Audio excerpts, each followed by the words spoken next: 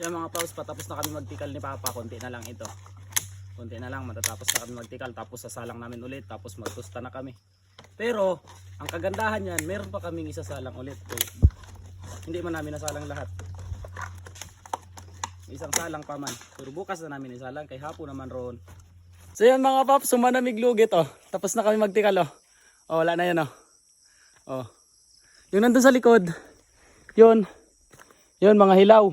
Tapos yung mga nasa sako, yun yung mga luto, yung nasa sako. Tapos nandun pa yung iba oh. Yan yung mga luto nasa sako. Tapos bukas, yung mga hilaw na yun, isasalang ulit namin kasi yan ay hilaw pa. Kailangan pa lutuin ulit yan. Tapos isasabay namin dun sa mga ano na yun, tira.